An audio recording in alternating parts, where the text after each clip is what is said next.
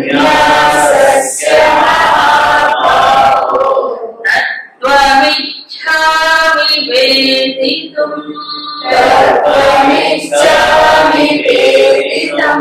త్యాగస్య చ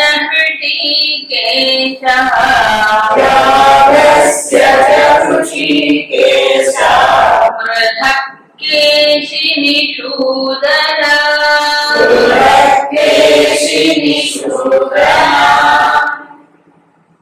ఇది చాలా ముఖ్యమైనటువంటి ప్రశ్న. భగవద్గీతలో చాలా సార్లు శ్రీకృష్ణుడు ముఖతః ఈ రెండు పదాలు ప్రయోగించబడ్డాయి.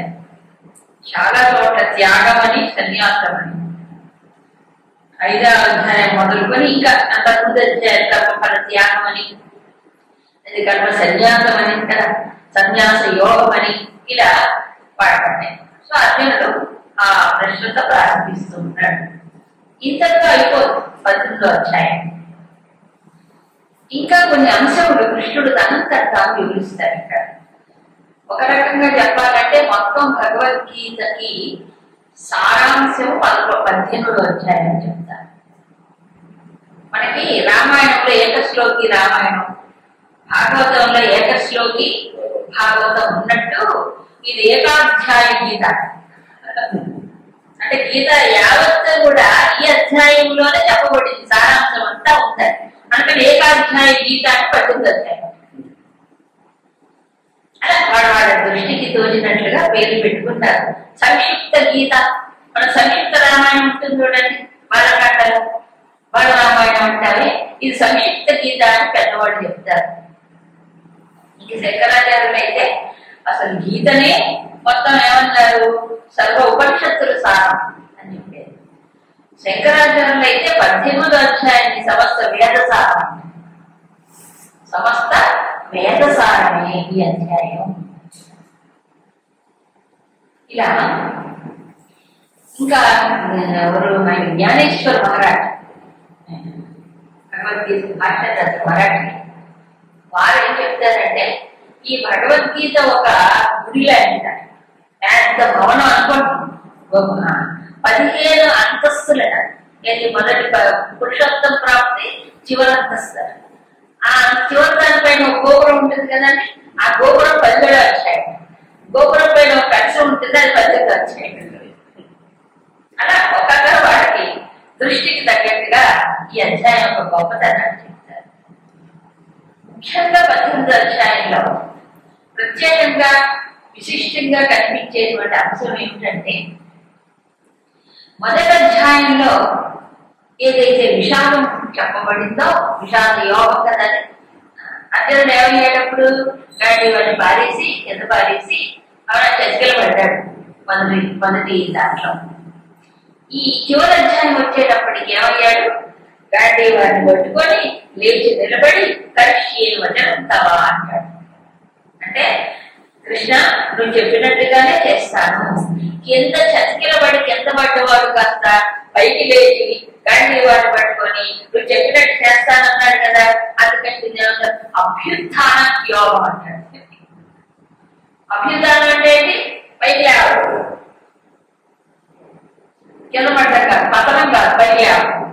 కాబట్టి అర్జునుడు పైకి లేచాడు కదా, అంత అర్థం చేసుకుని ఆకలింటి తీసుకుని, అందుకని అభ్యుత్థాన యోగం అని కూడా అంటారని పెద్దలు చెప్తారు. ఇలా 18వ అధ్యాయం చాలా అది ముఖ్యమైనదిగా మనకి నిరూపిస్తారు. సరే, అర్జునుడు ప్రశ్నించాడు.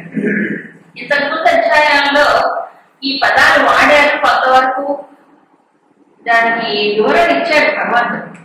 అయితే ఇక్కడ ఇంకా స్పష్టంగా దానికి ఉండే తేడా ఏమిటి అని అడుగుతున్నాడు. ఏమని, మహాబాహో ఋషికేశ కేశ నిషోధన 3 పదాలు 3 పేర్లతో ఇస్తున్నాడు.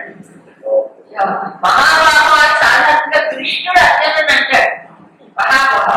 ఇక్కడ అర్జునుడు కృష్ణుడిని మహాబాహో ఋషికేశ కేశి నిషోధన. కేసి అంటే గుర్రం రూపంలో రాక్షసులు వస్తాడు, వస్తే ఆ రాక్షసుడిని కృష్ణుడు సంహరిస్తాడు. కేసి నిషోధన అని అంటాడు. చెప్పి సన్యాసస్య చ త్యాగస్య తత్వం పృథక్ వేదితుమిచ్చామి. సన్యాసము మరియు త్యాగం ఈ రెండింటి యొక్క తత్వాన్ని పృథక్ అంటే వేరు వేరుగా అంటే విడమర్చి ఆ భేదాన్ని ఏంటి నాకు తత్వత ఏమిటి రెండింటికి అర్థం వేరు వేరుగా నాకు తెలుసుకోవాలనుంది. త్యాగస్య తత్వం సన్యాసస్య తత్వం తత్విచ్చామి వేదితం తెలుసుకో. నిజానికి 17వ అధ్యాయంలో ఈ టాపిక్ రాలేదు. 17 డైరెక్ట్ గా ఈ టాపిక్ రాలేదు. సన్యాసం కానీ త్యాగం కానీ రాలేదు. కాకపోతే యజ్ఞం గురించి చెప్పి ఏమన్నారు, ఫలితం మీద కాంక్ష లేకుండా అన్నాడు. ఫలితం మీద కాంక్ష లేకుండా యజ్ఞదాన తపస్సులు చెయ్యాలి అని అన్నాడు. అన్నా కాకపోతే త్యాగం అనేవాడు ప్రత్యేకంగా రాలేదు. సర్వకర్మ ఫలత్యాగి చెప్పాడు. సర్వకర్మ ఫలత్యాగం కురు యథాత్మవాన్ 12వ అధ్యాయంలో చెప్పాడు. అవునా కాదు? కర్మఫల త్యాగం చాలా సార్లు చెప్పాడు. సన్యాసం గురించినటువంటి విషయం కూడా చెప్పాడు. అక్కడ 5వ అధ్యాయంలో చెప్పాడు. అక్కడ ఏమని చెప్పాడు? అర్జునుడు ఆ ప్రశ్న వేస్తాడు, కర్మయోగం మంచిదా కర్మ సన్యాసం మంచిదా అని ప్రశ్న వేస్తే ఏమంటాడు? నిజానికి రెండింటి యొక్క లక్ష్యం ఒకటేనే. అవునా? సాంఖ్యులు రెండు ఒక రకంగానే చూస్తారు.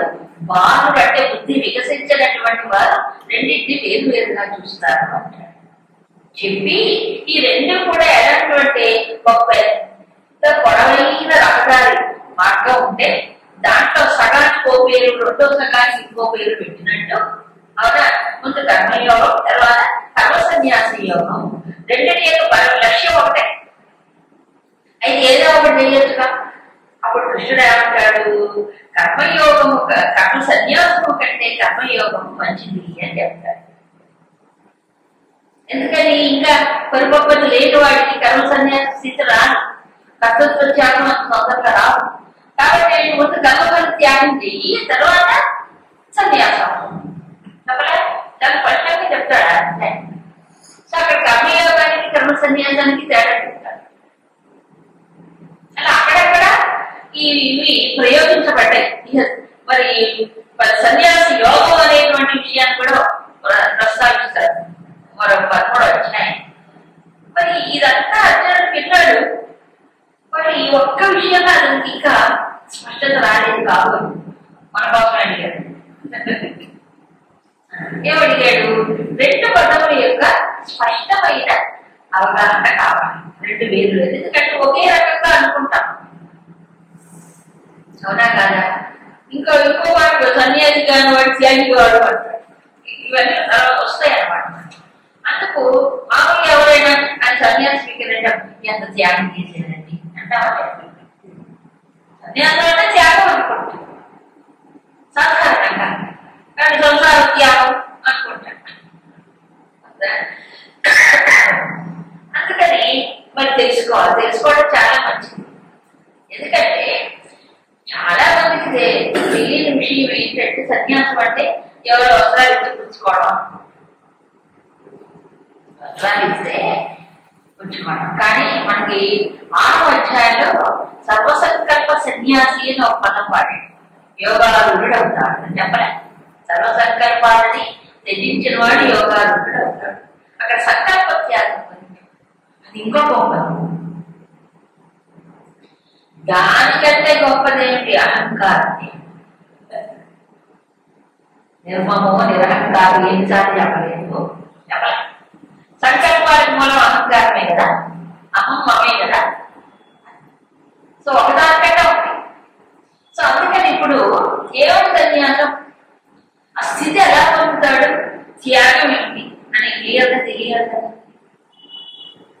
శ్రీ భగవానువాచ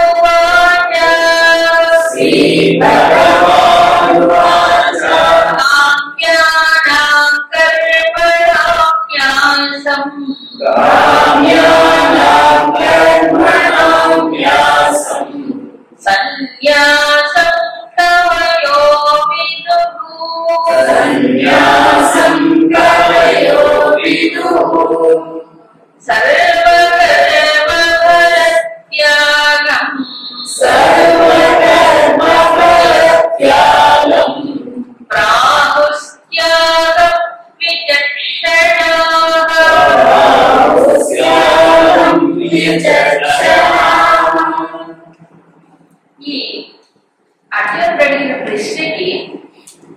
భగవంతుడు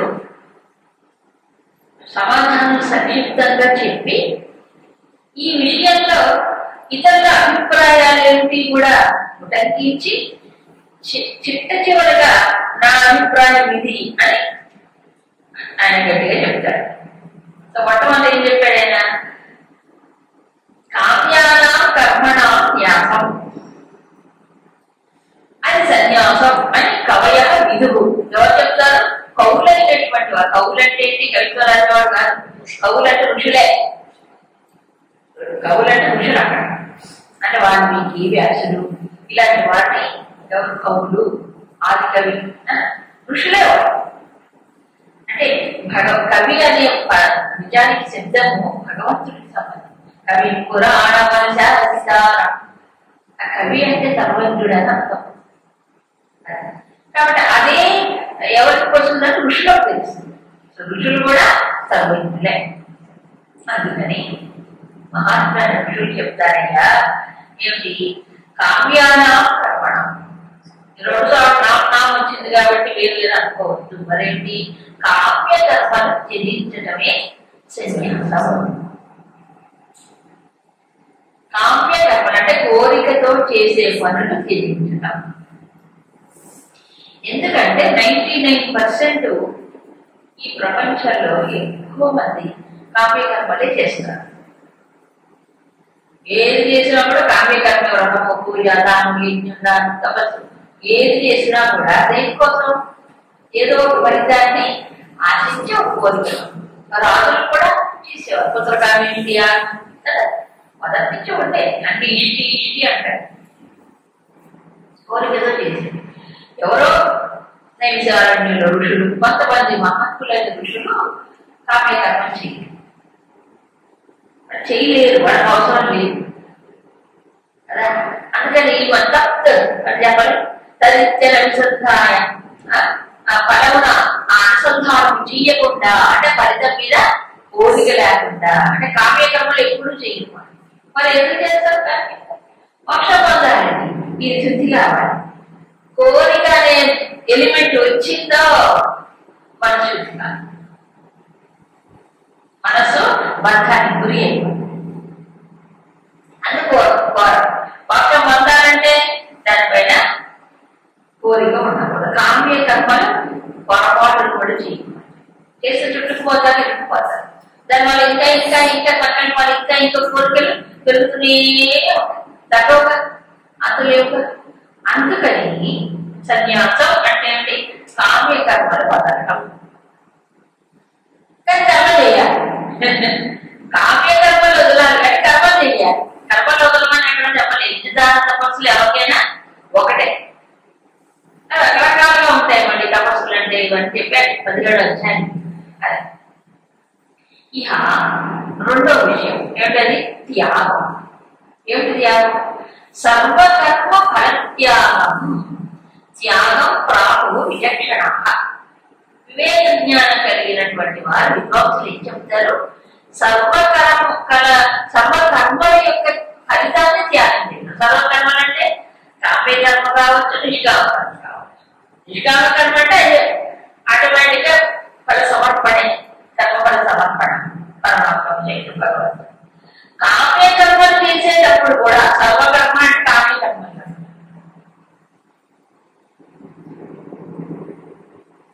ఒక పక్కన కామ్య కర్మలు అంటాడు, మరి కర్మఫల త్యాగం అది ఎట్లా కుదురుతుంది? అది ఎట్లా కుదురుతుంది? అపోజిట్ అవ్వట్లేదా? కామ్య కర్మ అంటే కోరికతో చేసే ఉంటాడు. మరి కర్మఫల త్యాగం ఎలా కుదురుతుంది? కోరికతో చేసేది ఎలా కుదురుతుంది? Very question. నిజాన్ని ఇది గురుదేవులు చక్కగా ఆన్సర్ ఇస్తారు. మరి ఇంకెక్కడైనా గురుదేవులో నాకు తెలియదు కానీ చాలా స్పష్టంగా చెప్తారు. అఫ్కోర్స్ ఇది 3వ అధ్యాయంలోనే కొంత చెప్పారు. ఇది నిష్కామ కర్మ యోగం అనే విషయంలో చెప్పారు. మయి సర్వాణి కర్మాణి సన్యస్యాత్మచేతస నిరాశేర్మో భూత్వా విద్యస్వవిజతజ్వరః. అక్కడ మయి సర్వాణి కర్మాణి సన్యస్య, అక్కడ సన్యాసం అని మాట్లాడారు. అంటే అన్ని కర్మలు నాలో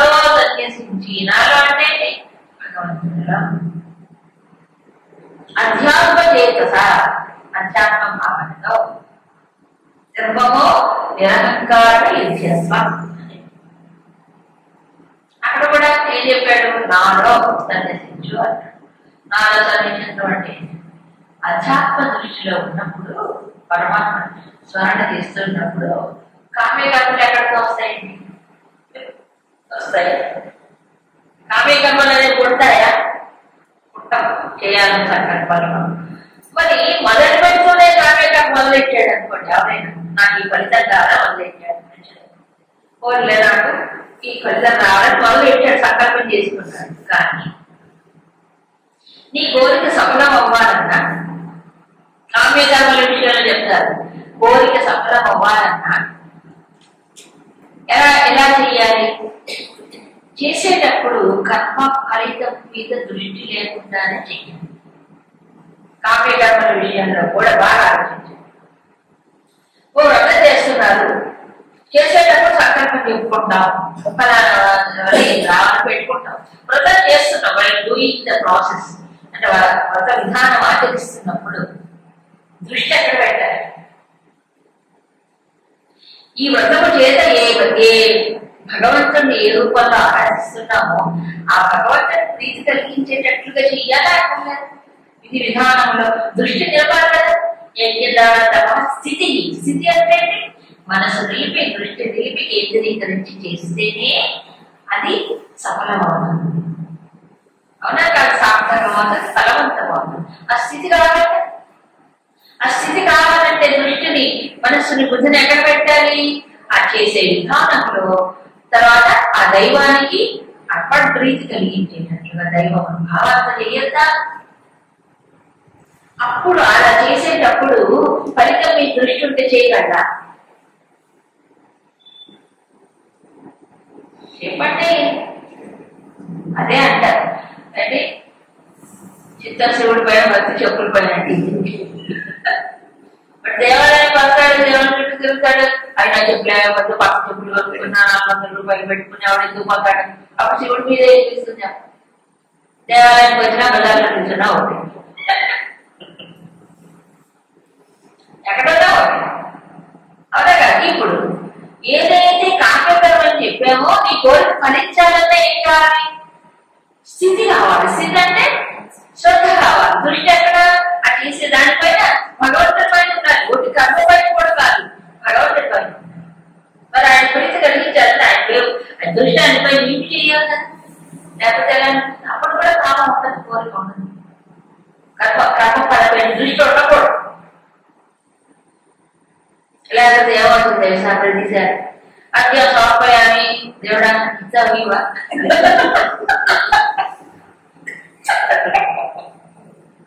అభిషేకం స్వామి నా కోరిక తీరుస్తుందా లేదా, తీరుస్తావా లేదా? ఇదే నేను ఇది ఇలా అనుకున్నాను, అంతా అలాగ అవుతుందా లేదా?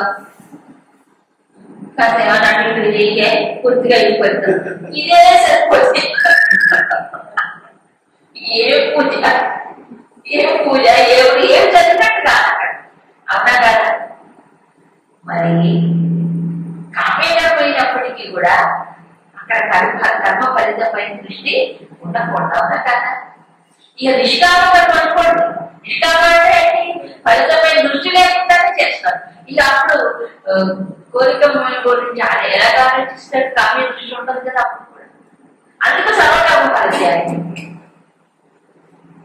అది కామ్యకరమైన నిష్కామకరమైనా సరే ఆచరణ చేసేటప్పుడు అప్పుడు ఏం చేయాలి? కర్మ ఫలితం పైన దృష్టి. అందుకే సర్వకర్మ ఫలత్యాగం. సర్వకర్మ అనేదానికి చాలా పెద్ద అర్థం ఉంటున్నారు. కామ్య నిష్కామ కర్మలు కావచ్చు. సర్వకర్మలు అంటే అది గొప్ప కర్మ కావచ్చు, మామూలు కర్మ, చిన్నదైనా సరే, పెద్ద గొప్ప కర్మ అయినా సరే, అది నీకు చేసుకునేది ఏదైనా దేవుడికి చేసేదైనా సరే. అలా సర్వకర్మ అంటే అది మనకి ఎక్కడ పన్నెండు వచ్చాయని చాలా చోట్ల చెప్తారు. గుర్తుందా? స్టెప్స్. మనసుని, బుద్ధిని నాపై నిలుపు, అప్పుడు నాలో ఉంటావు, నివశేషి అత ఊర్ధ్వం సంశయ. నాకు చేతకాదు స్వామి, అభ్యాస యోగం చేయబడి అంటారు. అది కూడా నాకు చేతకాదు స్వామి అంటే నా కోసం మదర్థకాల కర్మాన్ని కుర్మతి సిద్ధిని అవాప్సతి, నా కోసం నువ్వు కర్మను చేసిన సిద్ధిని పొందావు. ఎప్పుడు నీ కోసం అయితే నా కోసం చేసుకోవద్దా, పోనీ నీ కోసమే చేసుకోవాలనైనా ఫలితాన్ని నాకు సమర్పించాడు. 4 ఆప్షన్స్ ఇచ్చాడు 12వ వచ్చినాయి చేసి. ఏమన్నాడు? సర్వకర్మ ఫల త్యాగం. అక్కడ చెప్పాడు ఈ మాట, ఫల త్యాగం నాకు చేయి, కాస్త నీళ్ళు పోసి నన్ను సమర్పణ అవునా చేస్తే ఏమవుతుంది? అక్కడ దానిపై నీకు దృష్టి లేకుండా పోతుంది, వచ్చేది ఎట్లాగో ఆయన ఇవ్వకుండా ఆయన తీసుకుంటాడు.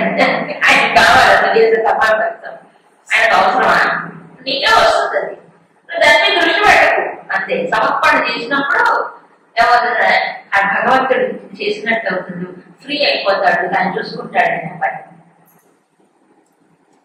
ఆయన చూసుకుంటాడు దాన్ని మళ్ళీ రందు వాడి దానికి చూడకూడదు అయితే. అందుకే అన్నాడు ఈశ్వర ప్రీతి అంతా కుక్వా. ఎందుకంటే ఇది ఈశ్వర ప్రీతి కోసం చేస్తున్నాను, ఇది భగవంతుడి ప్రీతి కోసం చేస్తున్నాను అని అంటున్నాను. అందుకే ధ్యాన కర్మఫల త్యాగ తదశాంతిరమంత అంత గొప్ప స్థానాన్ని ఇచ్చాడు 12వ వచ్చినాడు. అవునా? ధ్యానము కంటే కర్మఫల త్యాగం గొప్పది, తద్వారానే శాంతిని పొందుతాడు. ఇప్పుడు చూడండి, సర్వకర్మఫల త్యాగమే ధ్యానం అంటాడు. అది నీ కోసమో నా కోసమో వద్దు, ఎవరి కోసమో కాదు. అవునా? నా కర్మైనా నీ కర్మైనా ఒకటే, కర్మఫల త్యాగమే. నా కోసం చేసుకునే కర్మఫల త్యాగం చేయాలి. నువ్వు పట్టుకొని ఒకటి చేయలేవు, అదే చెప్తున్నాడు.